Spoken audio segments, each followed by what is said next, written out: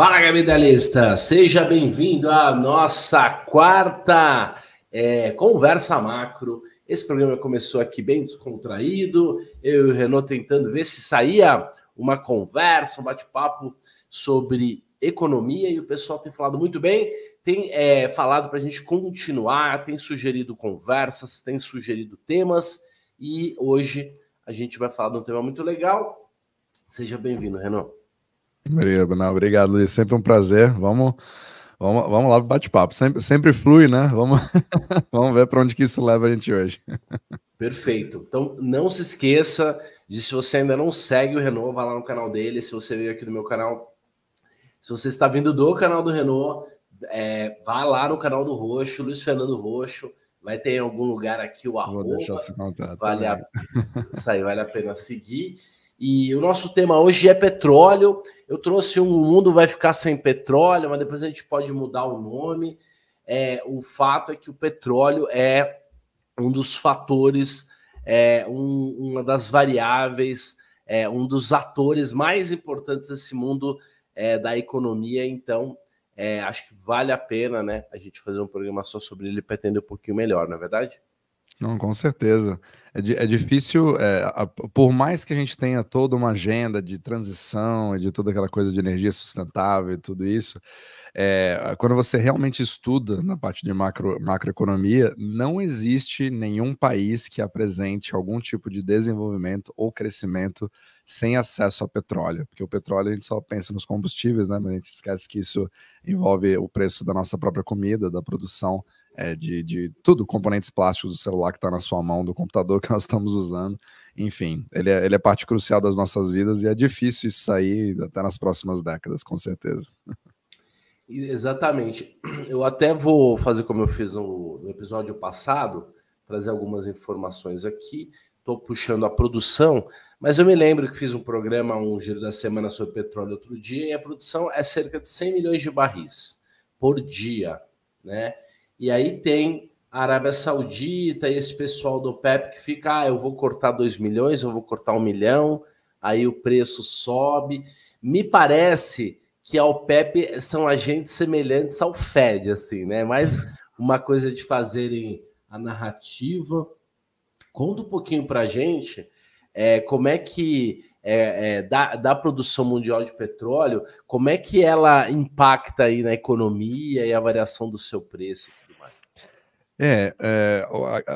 Hoje nós estamos assim numa grande guerra na parte de oferta e demanda, né? Então o petróleo ele é visto como um dos melhores indicadores antecedentes, né? Aqueles leading indicators que a gente chama aqui nos Estados Unidos, para você ver a saúde de uma economia em si. Então a sua demanda ou a projeção de demanda ela mostra qual o crescimento econômico que é esperado para aquele país. E o preço do petróleo vem contando, e o volume do petróleo principalmente, vem contando uma história de queda bastante acentuada de demanda em vários países do mundo. Isso não é uma coisa isolada, não é ou só os Estados Unidos, só o Brasil, ou só a China, a gente vê isso em todos os lugares. O Japão também vem tendo uma queda bastante forte nisso. E aí é claro que a OPEP, como assim, abertamente considerado um cartel, ela tenta, pelo menos tenta, com seus membros, que nem todo mundo consegue entrar num acordo sobre determinadas coisas, né, quando você tem interesses individuais, mas ela vem tentando já fazer vários cortes de produção para tentar segurar o preço, né? Então o objetivo deles é poder manter o preço ali nos 80, nos 90 dólares por barril. Eu não cheguei a checar agora o preço nesse exato momento, você tem lei? Eu posso até dar uma olhada aqui. Tenho sim. Como é que tá? 85 o mais caro, né? Que é o negociado na Europa, né? Isso, 85, exato. Aí até dá uma... aqui, ó. Depois eu vou colocar a produção aqui, ó. Aqui tem a produção, mas vou até pôr o gráfico aqui do CL. Pode ser o CL mesmo, né? Uhum, tranquilo. E o mais interessante é que a gente fala muito sobre o OPEP, tentando organizar os seus membros para fazer cortes de produção. Eu acho que já é o terceiro ou quarto que já foi anunciado para poder segurar esse preço. Mas, assim, tecnicamente, pela parte da demanda, o preço quer cair bastante. Mas obviamente que isso vem sendo artificializado na questão da oferta para poder segurar isso. Mas tem algumas coisas que eles não podem controlar. Então, a primeira delas, não sei se eu posso falar sobre esse assunto agora, mas alguns dos próprios membros acabam.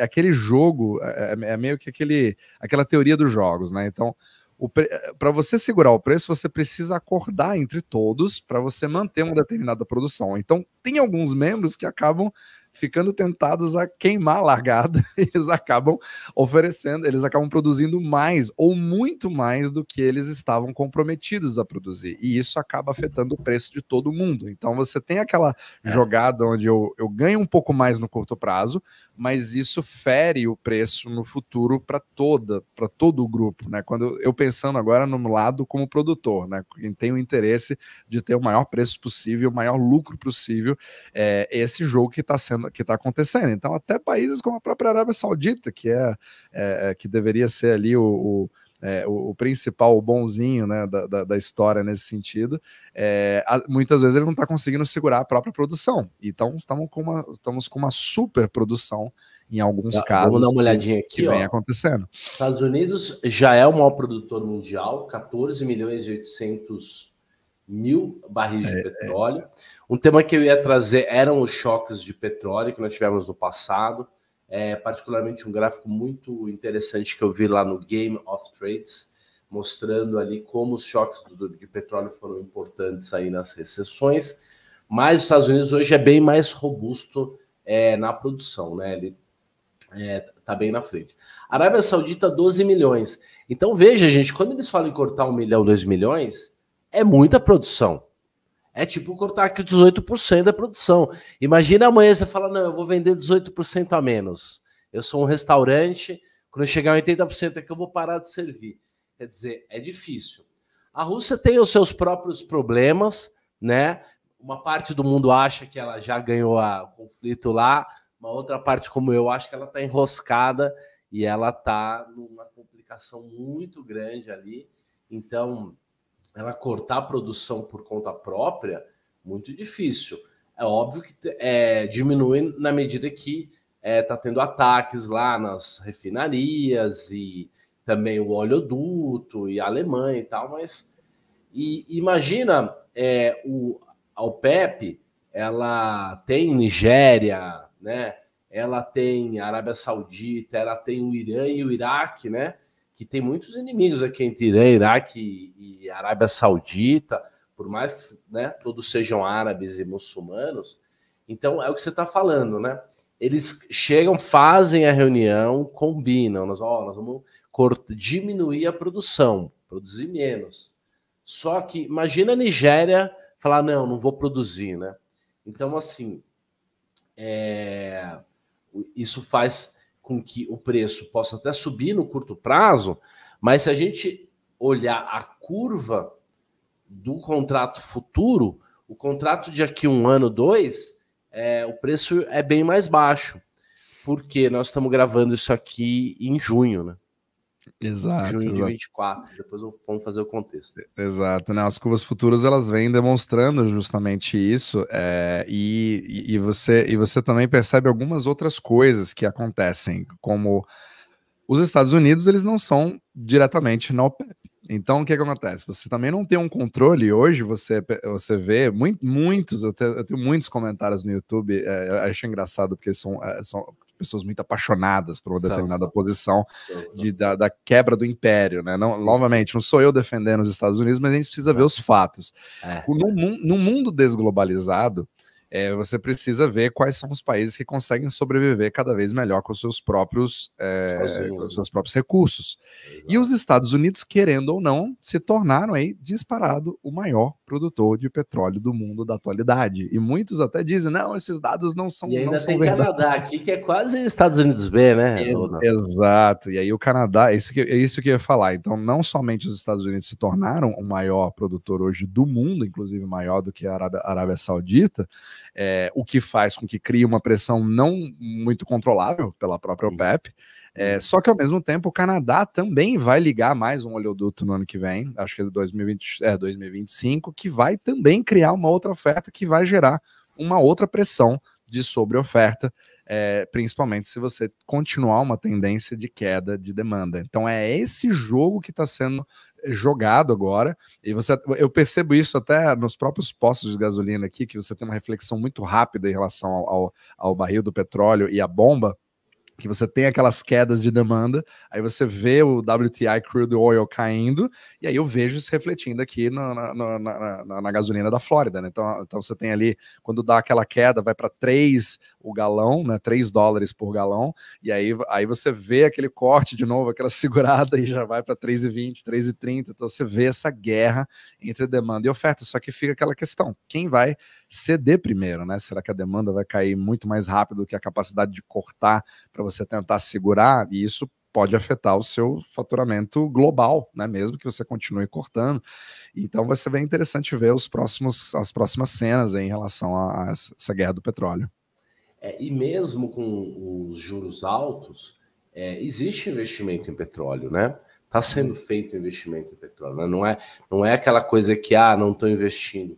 As grandes empresas de petróleo estão valendo muito dinheiro, né? Elas têm condições de continuar prospecção, né? A própria Guiana aqui do lado do Brasil achou uma reserva enorme de petróleo, e se tem lá, tem aqui, né? Porque a gente está bem pertinho ali na Amazônia. Então, veja, o petróleo havia caído bem, né? Ele tinha chegado lá nos $72 aqui o CL, e depois já voltou a subir, já está em 81 de novo. Mas, pelo menos se a gente olhar no gráfico semanal, existe uma certa estabilidade, assim. Ele fica aí está entre, né, 85 e 73, mais ou menos, mas isso não impacta tanto na inflação, porque nós estamos falando em junho, né, de 24, e a inflação nos Estados Unidos realmente arrefeceu.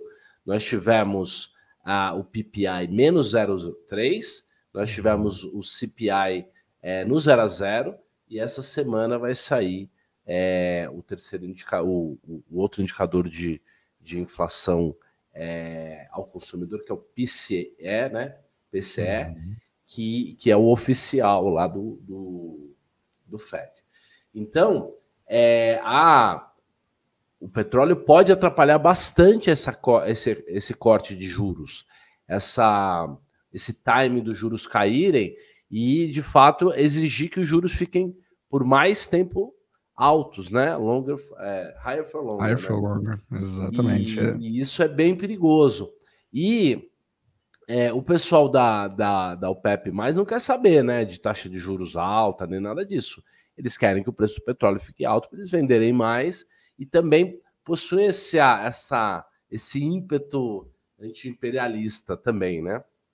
Agora, com shelter caindo, que era uma coisa que também estava muito sticky, e com mão de obra também, né, serviços também, tudo está dando uma amenizada agora, mesmo que o petróleo ainda suba um pouquinho, por conta dessas inflações. Eu acho que desses cortes, né, dessas reuniões, desses cortes de produção, eu acho que mesmo assim a inflação deve se manter ali sob controle, né? Na verdade, ela tá uma grande guerra de entender o real motivo, né? Porque você tem, por um lado, o Fed considerando como a economia americana, que realmente esteve superaquecida, etc., e tudo tá bombando por um lado, quando ele vê pela parte do desemprego e do CPI, reflete um lado, e por outro lado, quando você vê realmente o que acontece assim no detalhe, né, quando você vê aquele beige book que tem no Fed, que você vê nos Feds regionais, você vê um quadro muito mais preocupante que sugere um quadro muito mais deflacionário e que pode ser muito mais rápido do que o Fed antevê. Então o Fed até diz, né, claramente, que eu tô aguardando mais dados, mas ele quer realmente ver esse desemprego subindo muito mais fortemente e o CPI voltando para aqueles 2%. Só que é aquela questão, né? O próprio Jeff Snyder fala, né? Não tem nada a ver com a economia estando superaquecido. O grande problema é que nós estamos diante de um ciclo econômico muito mais prolongado daquele supply shock desde a pandemia, que criou uma série de distorções e que agora estão começando a realmente a mostrar a real face da economia americana. Então tudo está bastante lento, mas vem caindo, e por isso que acaba gerando esse higher for longer. Mas o mais interessante é você ver o que a Europa fez do outro lado, né? Ela não esperou mais.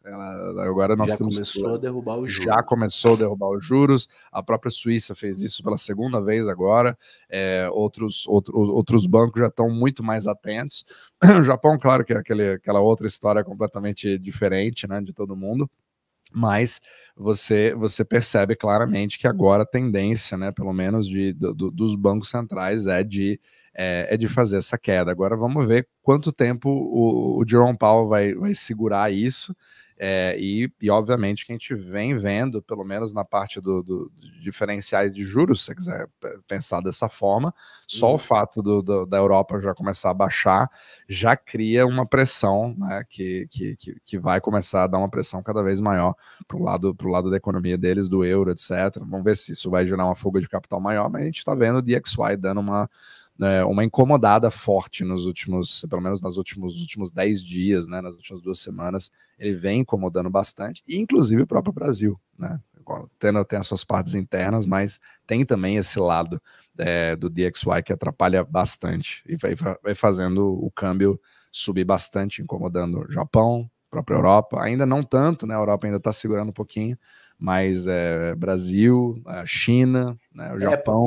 O brasileiro ele pode acabar vendo a gasolina subir na bomba aqui, mas ele não percebe que isso também tem um efeito do câmbio, porque o dólar está subindo no Brasil. E o dólar está subindo no Brasil por um efeito mesmo já do milkshake. Eu vejo claramente que todos os países em desenvolvimento, os emergentes, eles estão caindo, né? A sua moeda está desvalorizando, as bolsas não estão tão bem, e a gente aqui, particularmente, com problema fiscal, um problema de um governo muito ruim, né? Um governo retrógrado e tudo mais.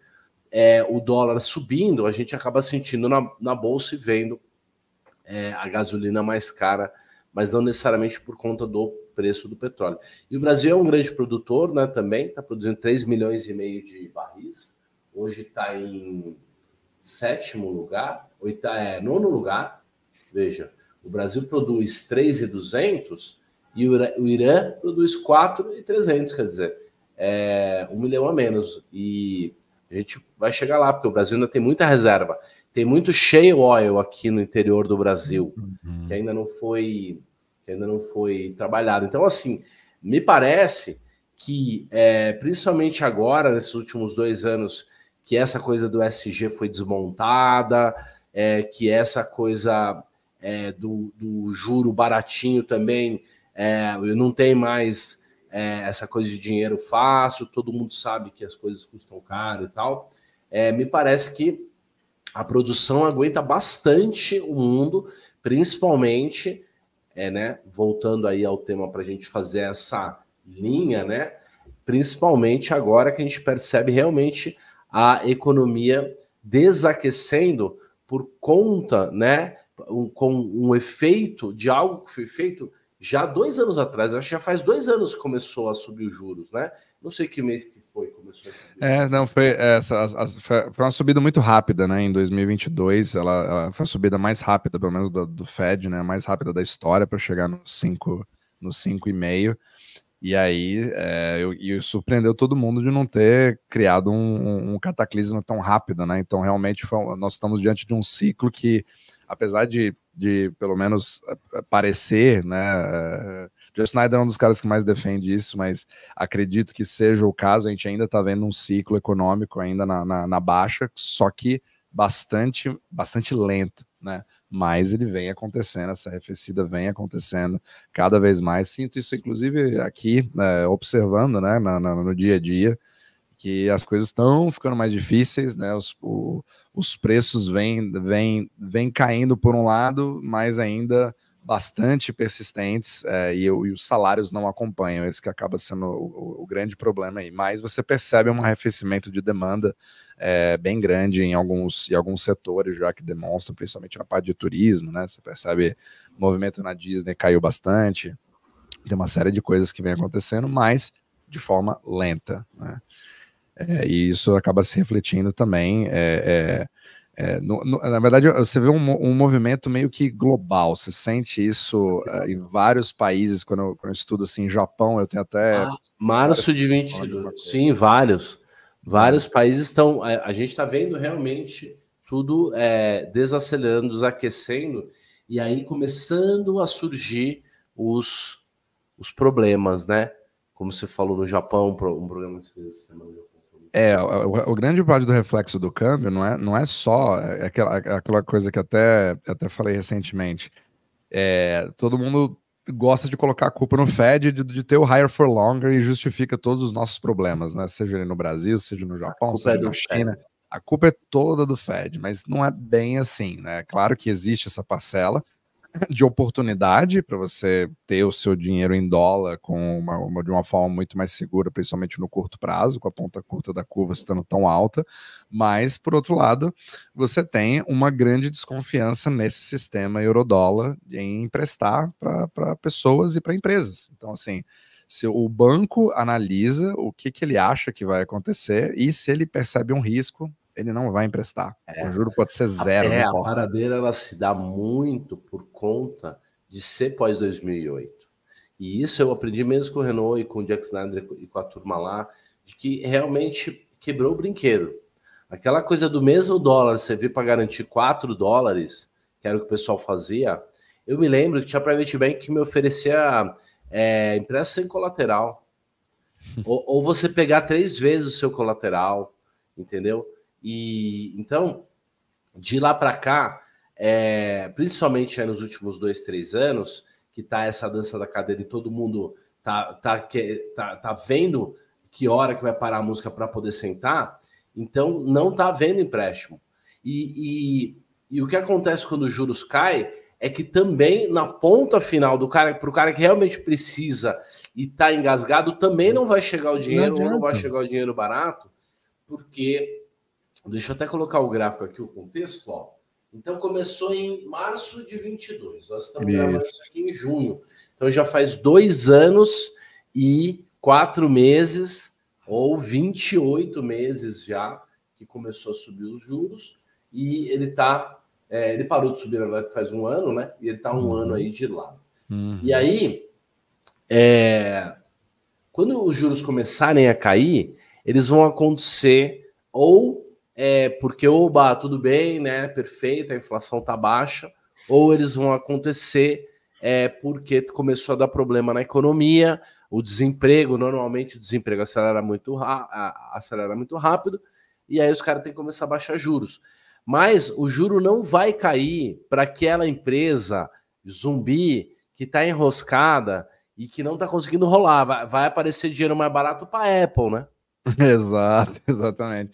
Essa que é a grande questão. Eu aprendi isso até com o George Gammon. Ele falou uma vez: a ilusão do juro zero, de você confundir juro baixo com dinheiro fácil, não são coisas que se traduzem.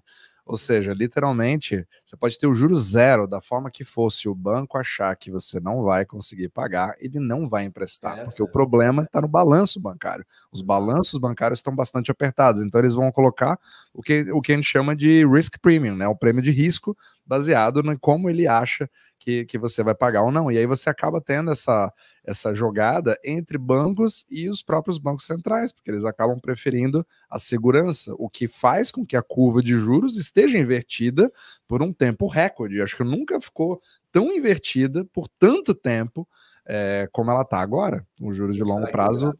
Vou mostrar aqui, olha que legal. Em 1929, a curva ficou invertida por 700 dias. E todos nós sabemos o que aconteceu logo na sequência. porque a recessão ela costuma vir aí 3 meses depois, uma coisa assim. Pior, né? O topo da bolsa também, né? Aí nós tivemos vários outros, aí nós tivemos aqui na década de 80, 378 dias, aí, ó, 2008, todo mundo lembra, foi dureza. Veja que não foi tão lá embaixo, não chegou a estar uma inversão tão grande, mas ficou 540 dias. E esse é o atual. Sabe quanto é que já está? Já está uns 630 dias. Exato. 640. Vai bater os 700 de 29. E as pessoas falam, então, se ainda não caiu, ou se vai passar 29, então não vai ter problema nenhum. O problema é que as fragilidades elas vão se acumulando, né?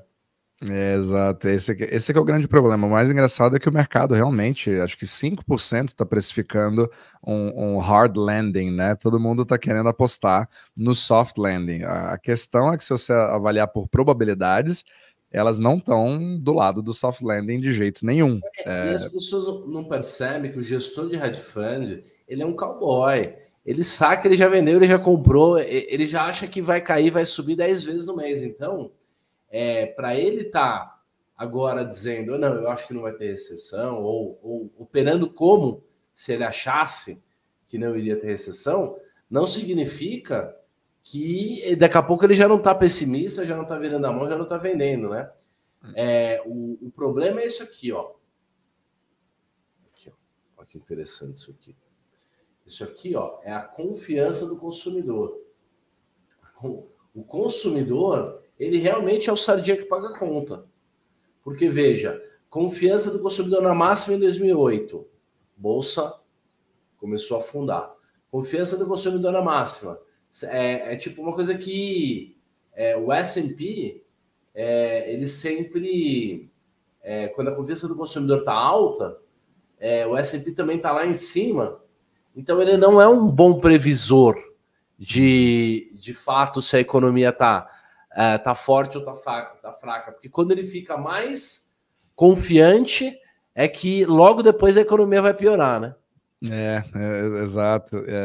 Isso que é engraçado, né? Que o Fed acaba usando as mesmas coisas para poder justificar as políticas que a gente já sabe que não funcionaram bem no passado, né? E você percebe que quando isso muda rápido. Então demora anos para desenvolver um certo quadro, mas quando cai bastante rápido. Agora, quando vai cair? Não estou aqui para prever, não tem nem como fazer, não é nenhum tipo de dica de investimento, só que é sempre importante a gente olhar pelas probabilidades para que a gente esteja preparado baseado no que você espera que aconteça, independente de acontecer ou não, né? Você ter todas as probabilidades dos diferentes cenários.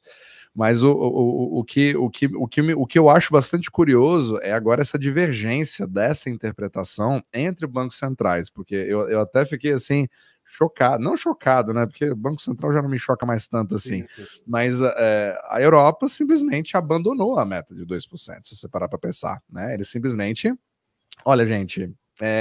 Eu já tô antevendo aqui que as coisas não estão tão legais assim. Vamos fazer o seguinte: aquele número que era o mais importante do mundo, que é 2%, não pode ser 1,9, não pode ser 3,2, tem que ser 2, senão não cheguei na meta, né? Vamos esquecer esse número. Agora vamos falar da próxima questão, que é agora nós reestimularmos, porque agora nós vimos que nós fizemos um bom trabalho da meta que nós esquecemos. Não faz sentido. A presidente, né, do Banco Central, que é a Lagarde, né? Você mesmo contou, né, de que ela se contradisse assim muito claramente nas comunicações, né? O motivo para ela fazer uma coisa meses atrás agora é quase um motivo inverso. Né? Exato, mudou completamente. E aí eu fiquei bastante curioso para saber o que o Fed ia falar, né? O que o Jerome Powell ia fazer. E ele manteve. Na última, ele realmente continuou citando os 2%. Então, houve uma ruptura aqui, porque é difícil você ter alguma decisão de algum banco central sem os Estados Unidos saberem, né? Sem as outras partes saberem, você ter um movimento... Eu acho que é o medo do que aconteceu na década de 70, que é exatamente, teve um repique da inflação, depois que eles já começaram a baixar os juros, e eles foram pegos de calça curta, porque aí já não tem mais ferramenta, né? Exato. Quando você já acha que a inflação já caiu, E aí você começa a baixar os juros. E aí o petróleo subiu muito forte na década de 70. E aí você tem que subir os juros de novo, você meio que dá uma quebrada na economia, porque você dá sinais desencontrados, né? Um exemplo muito engraçado, uma história que conta o Peter Schiff, que o pai dele, porque ele é de uma família de banqueiro muito antiga, né? Uhum. E ele falou que o pai dele contou uma história que é a história do circo que chega na cidade, né? O circo chegou na cidade e aí o restaurante do cara lotou, né? Putz, cheio de gente e tal. E o cara ficou feliz, né? Ele falou: Meu, o restaurante tá bombando, vou alugar o cara do lado aqui. Aí alugou o cara do lado e aí começou a investir, contratou gente e tal. E aí o circo foi embora da cidade, ficou vazia a cidade e o cara ficou ali com aquele monte de funcionário e tal e quebrou. Então, quando o Fed começa a derrubar os juros, né, a bolsa daquela subida, todo mundo fica eufórico, e depois tem que subir, começa a baixar os juros, todo mundo fica eufórico, e depois tem que subir de novo, isso é uma coisa muito, muito traumatizante, agressiva, e pega muito de surpresa. Mas a minha discussão aqui hoje foi exatamente essa, as primeiras perguntas e o desenvolvimento que eu e o Renan fizemos, que nós não estamos vivendo na década de 70. Não há apenas a Arábia Saudita e não há apenas, né, o eixo ali da Arábia. Agora tem produtor de todo lado e, dependendo do preço, dá para comprar até da Venezuela aqui, né? O que vai fazer? Exato. Não, a oferta realmente não parece ser um problema. É uma das melhores fontes que eu vejo sobre petróleo hoje, aquele Bloomberg, aquele anônimo, né, da galinha, que ele é muito bom. Ele fala, nossa, tem uns podcasts que ele faz que são simplesmente sensacionais. Ele realmente entende. Eu não sou nenhum especialista em petróleo, mas tem algumas coisas interessantes que você falou aí, até sobre os anos 70, que podem ser muito bem contadas pelo próprio eurodólar, né? Quando você pensa naquela época do Paul Volcker, que foi o chairman do Fed daquela época, que todo mundo, né, elogia o cara como o cara que quebrou a espinha dorsal da inflação, justamente dando toda essa autonomia para essa questão de subir ou descer juros, ou cortar juros, mas é aquela grande questão, né? Todo mundo acredita realmente nessa ferramenta como sendo a ferramenta maior que controla a inflação, etc. Mas uma das histórias muito interessantes nos próprios anos 60, que é contada pelo Jeff Snyder como o mito do Paul Volcker, é que justamente nos anos 70 estava tendo uma explosão do mercado euro-dólar, né? A quantidade de crédito que estava acontecendo era simplesmente extraordinária, desenvolvendo ali, ia muito dinheiro para a América do Sul, inclusive toda a América Latina, de bancos emprestando para outros bancos, criando novos produtos, desenvolvendo. Foi um desenvolvimento simplesmente absolutamente fantástico. E aí começou a gerar uma enxurrada de eurodólares que começaram a entrar na economia americana. É o milagre brasileiro, Exato. Achava que tinha a ver com o Brasil. Exatamente. E isso acabou influenciando todos os consumidores nos Estados Unidos e ninguém sabia de onde estava entrando tanto dinheiro nos Estados Unidos, que estava sendo criado do além, mas era crédito gerado fora, entrando para os Estados Unidos. E esse próprio sistema contraiu quando deu um grande problema, também uma crise na própria América Latina, uma crise bancária que criou essa retração, só que foi justamente coincidindo com a subida de juros do Paul Volcker, que acabou levando todo o crédito de tudo que aconteceu. Essa queda toda aqui, ó. Isso aqui é a taxa a taxa de desemprego aumentando, né? Então, veja quantos choques do petróleo, né? Que aumenta o desemprego. Então, assim, vem o choque do petróleo, mas depois vem a recessão, entendeu? E se não houver um problema de oferta, se for só na demanda, a produção cai mesmo, não tem como. Exato, né? exatamente. Porque acontecia os conflitos, as guerras e o pessoal fazendo também corte, né, sanção para os Estados Unidos na produção de petróleo, mas hoje é mais difícil. De qualquer maneira, é possível que o Fed ainda precise passar pelo menos mais uns 2 meses se o petróleo voltar a subir um pouco mais, as pessoas ficam com essa conversa de que agora as commodities vão explodir de subir. porque os juros vão cair, as commodities vão subir, porque vai ter uma superinflação. E eu não enxergo isso. Eu não enxergo isso. O que você enxerga? Isso acontece todos os anos, para falar a verdade, né? Sempre vai ter aquele famoso ciclo, super ciclo, né? Basta ver o histórico. Também não enxergo dessa forma. Enxergo que isso, na verdade, quando você olha o retrato das commodities ultimamente, elas não vêm apresentando algo assim tão sensacional, exceto quando você fala ali do ouro, né? Tem muitos que apostaram tudo no cobre, etc. Só que aí, não como uma commodity em si, mas como um problema mais monetário, né?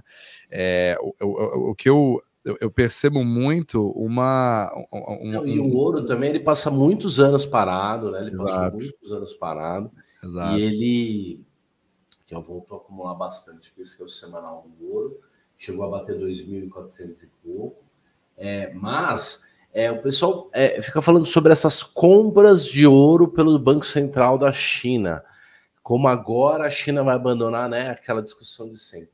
E a mesma coisa que eles agora acabou o petrodólar. Acabou o petrodólar, que foi inclusive um dos seus programas. Eu até falei também no Giro da Semana.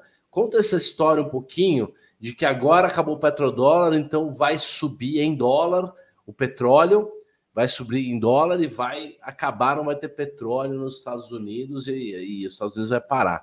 Como é que é essa história? Foi incrível a quantidade de comentários assim, completamente, né?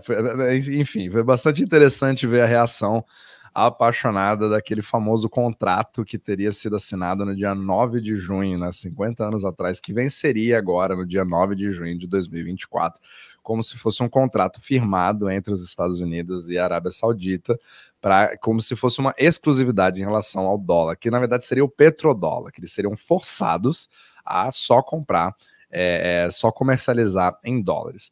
Na verdade, eu até entendo a questão do imperialismo americano do que diz respeito ao seu poderio militar da época, e a Arábia Saudita naquela época não era absolutamente nada, não tinha aquela relevância que ela já apresenta mais hoje.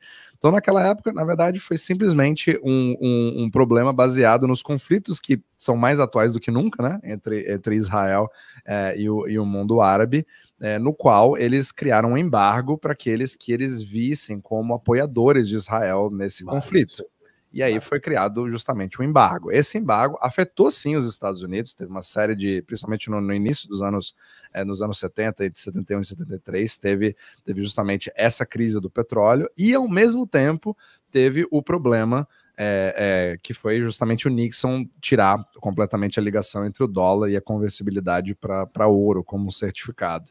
E aí gerou uma mini crise, porque ninguém sabia exatamente o que ia acontecer, porque todas as moedas estavam precificadas em dólares e o dólar era a reserva global naquela época, então não sabia muito o que ia acontecer, então teve muita turbulência aí.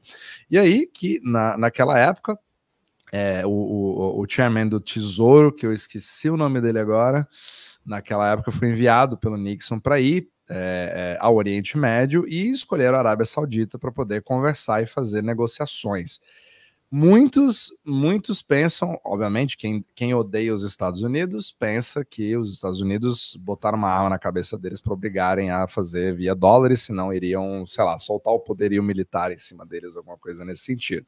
Na verdade, os Estados Unidos, apesar de estar numa situação que eles queriam sair, que eles não estavam muito confortáveis em relação a isso, eles poderiam, se a Arábia Saudita não quisesse fazer nenhum tipo de acordo, eles poderiam ir falar com os outros países. O grande objetivo ali era de propor um acordo para falar a seguinte coisa: olha, vocês são uma família real e acredito que vocês queiram ficar mais tempo no poder, certo? A gente dá todo o apoio para vocês, sem problema nenhum. A gente faz a proteção militar e a gente garante estabilidade para vocês em relação a isso, para que vocês se mantenham longevos, né, nas próximas décadas, pelo menos, se mantenham no poder. E por outro lado, nós queremos garantir um suprimento de petróleo para os Estados Unidos, para que nós não tenhamos mais esse tipo de problema, certo? E seria um ganha-ganha nesse aspecto. São todos bonzinhos? Não. Todo mundo tem o seu interesse individual, obviamente. Existe o imperialismo americano? Beleza, existe, concordo, não estou dizendo que eles estão, né? Só que não foi nenhum tipo de acordo ratificado, assinado entre as partes ou obrigando a Arábia Saudita a vender em petrodólares, certo? Então o que acontece? Antes de qualquer tipo de acordo, o petróleo ele já era vendido em dólares antes, não é uma coisa que obrigou a ser feito agora. E outra, eles também poderiam vender, eles já poderiam vender em outras moedas se eles quisessem. Acontece que esse acordo que foi feito, um acordo, digamos assim, que foi foi uma visita do executivo, como o Putin vai para a China, ou com alguém vai, foi uma visita do executivo. Então, você teve até atas, mas não foi aqui um contrato firmado de validade de 50 anos. Isso simplesmente não existe. Essa data não existe. Foi um post que uma espécie de...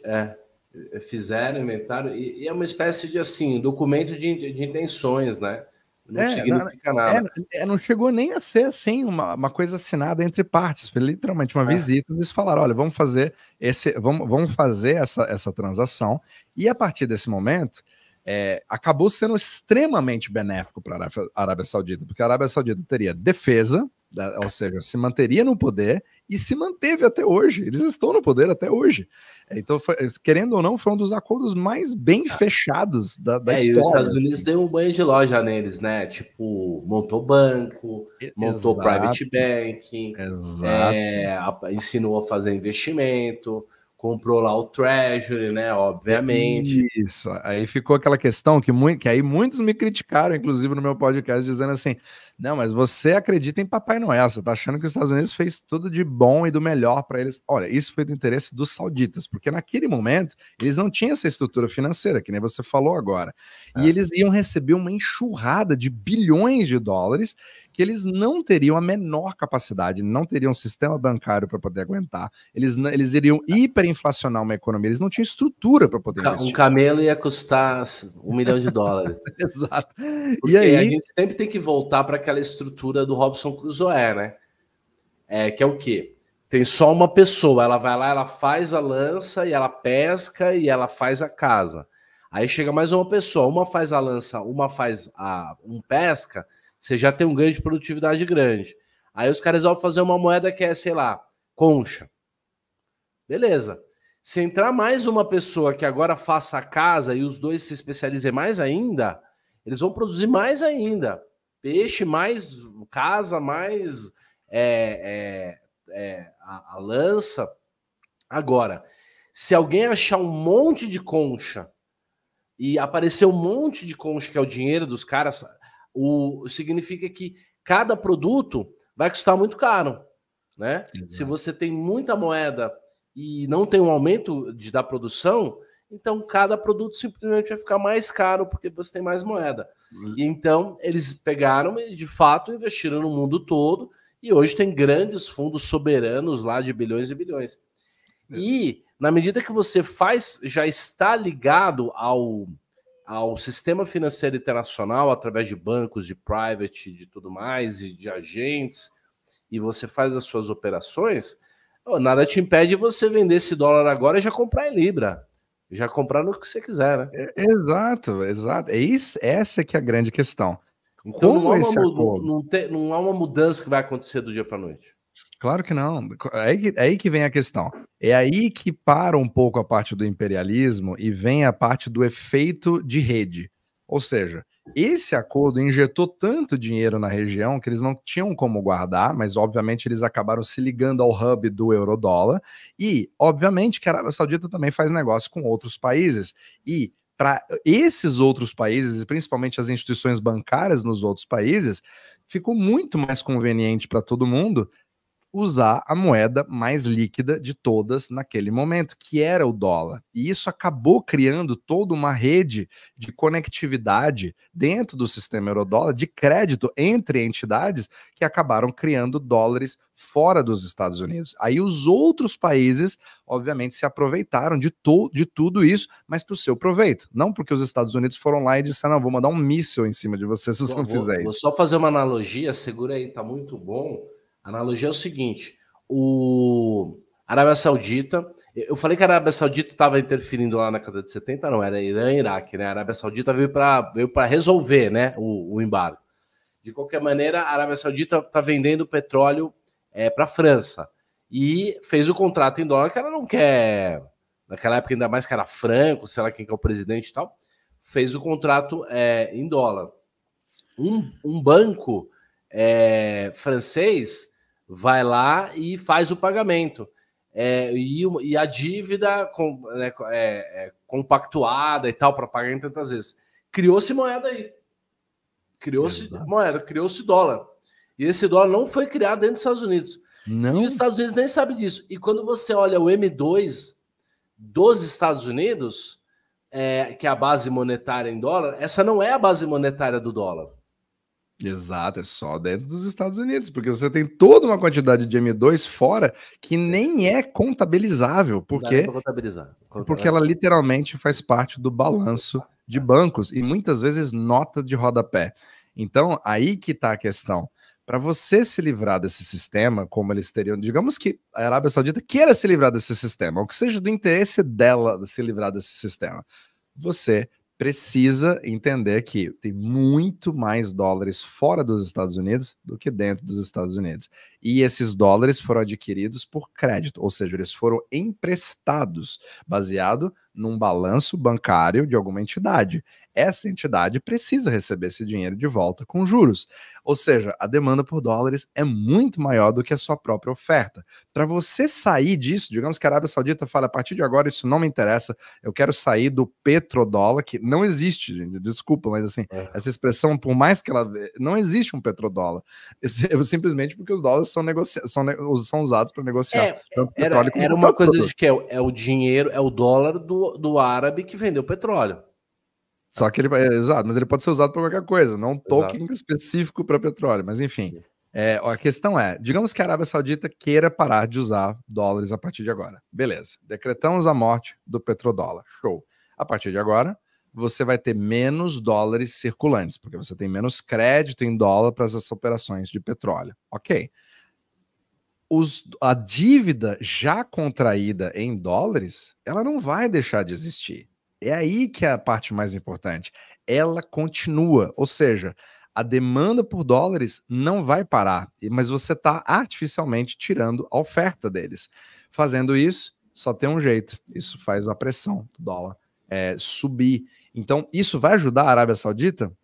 Essa que é a grande questão. Ela está ali porque ela está sendo obrigada a fazer isso. A Arábia Saudita é um dos países que mais se desenvolveu nas últimas décadas. Eles estão apostando em turismo, eles estão querendo competir com os Emirados Árabes Unidos, querem criar uma cidade horizontal de 170 quilômetros que no meio do deserto, que é atrair turista para tudo quanto é lado. Então, assim, esse progresso que eles tiveram, beleza, foram os bonzinhos americanos, eles tiveram os seus interesses, os Estados Unidos têm os seus interesses, a Arábia Saudita tem os seus interesses.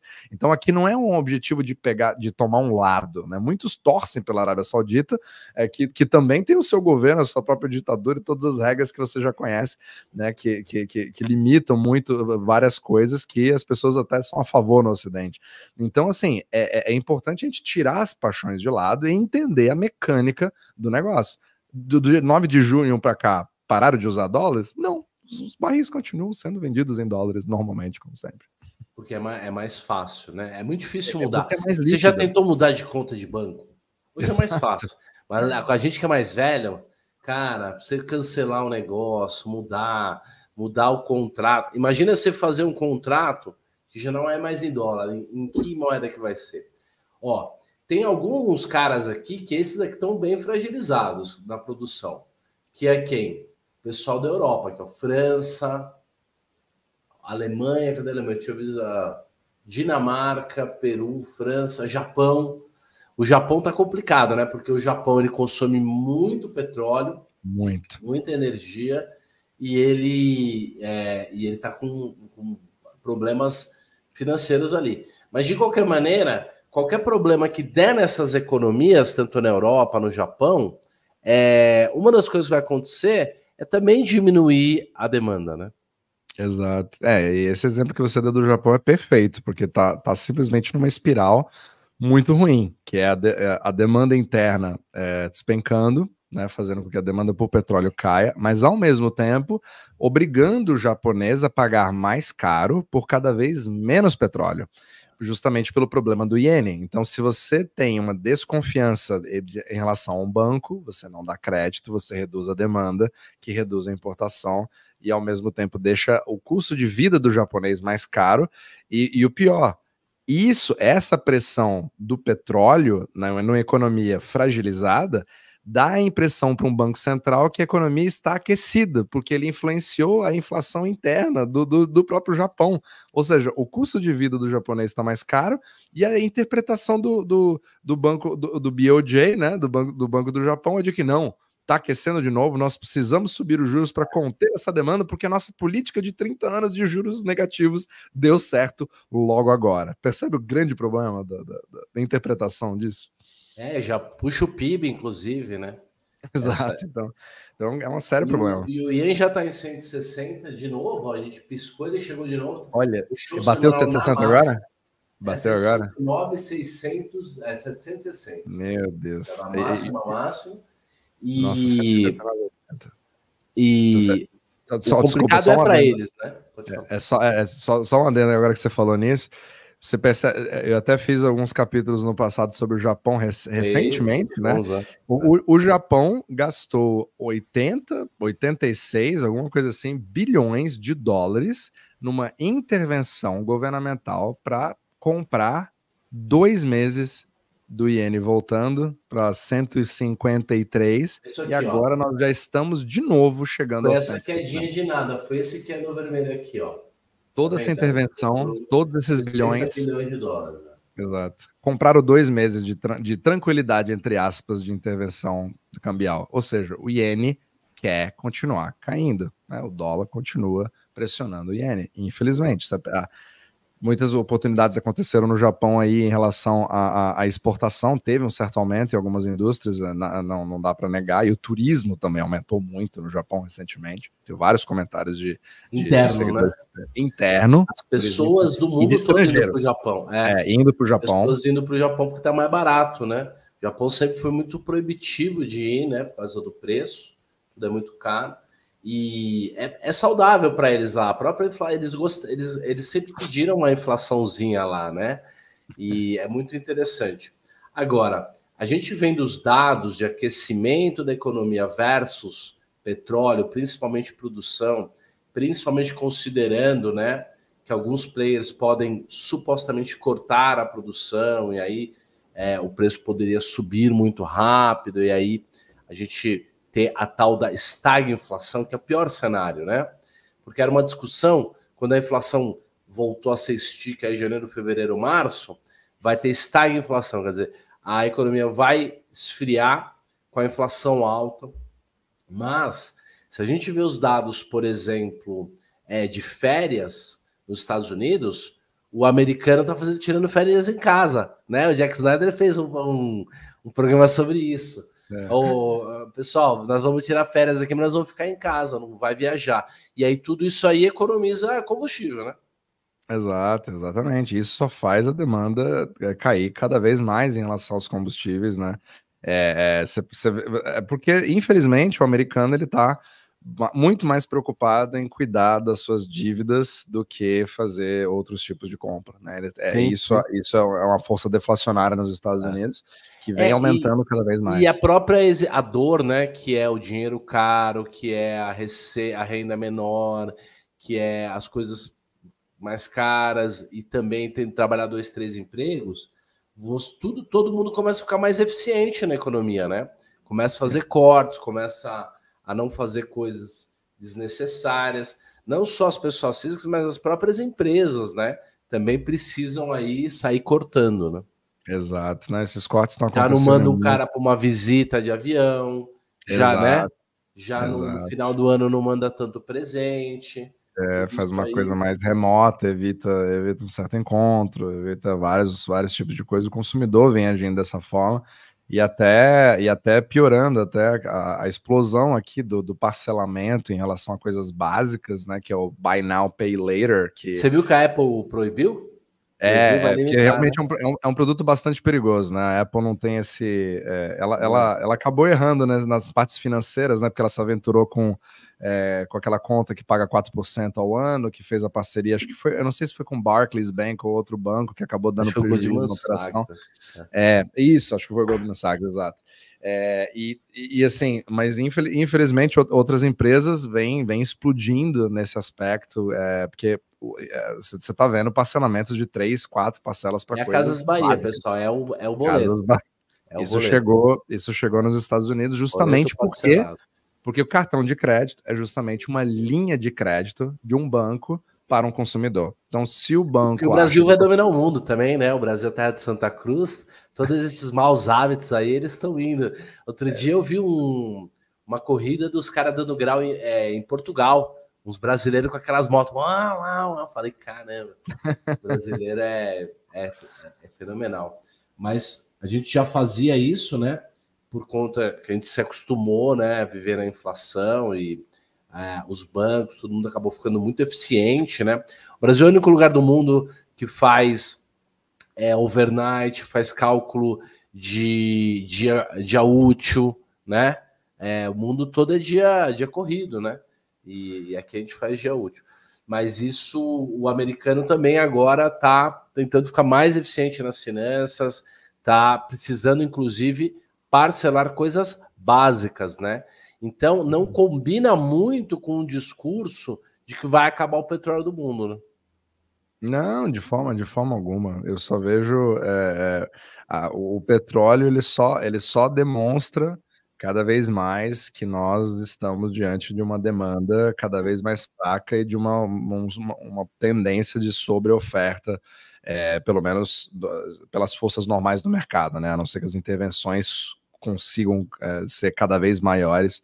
Só que isso acaba, ninguém quer parar de produzir, né? Ninguém quer fazer isso de forma voluntária, a não ser que você seja realmente obrigado pela força do mercado. Então, essa queda de braço, ela não vai acabar tão cedo, e principalmente com um ciclo tão lento como nós estamos tendo agora, é literalmente aquela rã, né, que vai subindo a temperatura, né, do sapo na panela.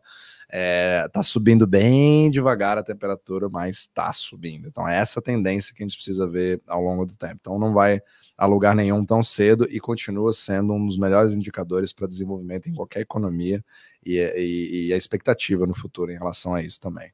Consumo e tudo mais, realmente é um indicador bem interessante. Lembrando que, mesmo que não vá faltar petróleo, a gente teve um estresse por conta do conflito da Rússia na Ucrânia, levou a $120 lá, isso no meio do processo de aperto monetário. Depois nós tivemos várias situações de estresse no Oriente Médio, por conta de Israel, Irã, Houthis, entre outras coisas. E tudo isso manteve o petróleo alto por bastante tempo. O petróleo está nesse preço de 80, tal, que é um preço alto há bastante tempo. E isso, inclusive, atrasou talvez um pouco a queda da inflação nos Estados Unidos. E isso pode estar fragilizando a economia mundial na medida que mantém essa economia apertada por mais tempo. O Brasil já não aguenta mais. Eu acredito que o mundo todo está nessa contagem regressiva, e o petróleo, durante bastante tempo, foi uma das componentes. Não foi o único, né? É claro, tem pressão de moeda, óbvio, que aconteceu em 2020, teve a quebra da cadeia, mas o petróleo ajudou a ficar pegajosa essa inflação, e quando os juros começarem a cair, a coisa pode complicar. Por quê? Porque aquele primeiro aumento de juros lá em março de 2022 está começando a fazer efeito. E a última alta de um ano atrás talvez nem tenha feito efeito ainda, né? Então, durante você 2 anos e meio, você com juros altos, inversão na curva dos juros, aperto monetário, as pessoas tendo que consumir a própria poupança, e agora o começo do problema do emprego, do aumento do desemprego, tudo isso pode fazer com que o impacto que a gente tenha mais na frente, se vier uma deflação, pode ser um impacto muito grande, inclusive em preços. Principalmente se a gente tiver aquela comum, aquela normal dissociação entre expectativa e realidade em momentos de queda de juros. Porque você que trabalha com investimento sabe, e eu tenho conversado com os private bankers aqui do Brasil, family office, escritório de agente autônomo, cara, na hora que os prêmios de risco da renda fixa, os prêmios de risco aí do money market, o prêmio de risco dos juros começar a impactar, e o private bank que faz planejamento financeiro, o planejador financeiro, o cara que tem uma obrigação, um fundo de previdência que tem uma obrigação de pagar um retorno de tanto, esse cara ele vai ser praticamente jogado na bolsa, no risco.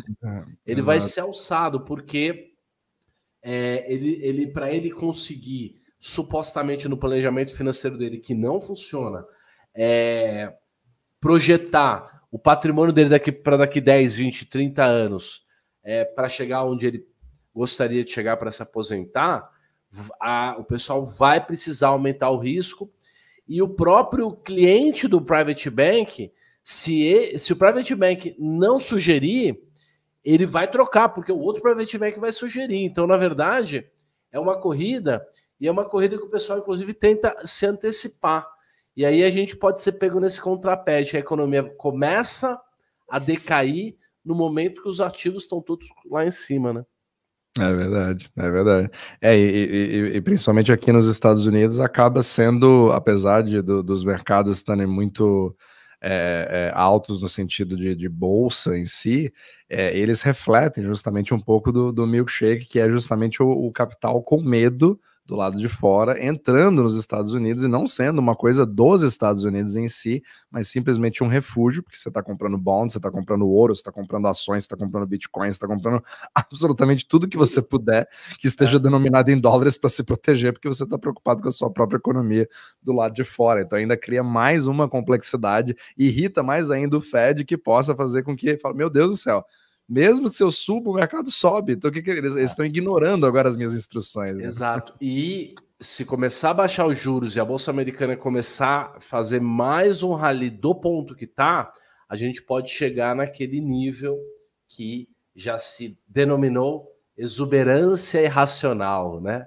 Irracional, exatamente. Um dia a gente traz esse tema. Gente, uma hora passou voando, conseguimos conectar os pontos todos para mostrar para vocês tomarem muito cuidado com as narrativas, e oferecemos mais algumas ferramentas aí, né, Renan?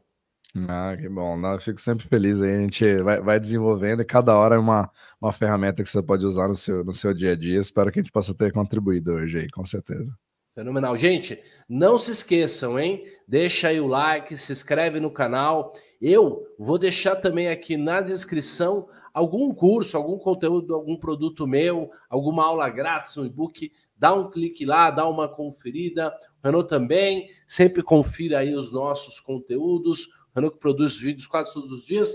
Um abraço para você, nos vemos no próximo capítulo da nossa Conversa Macro. Um grande abraço e tudo de bom. Abraço.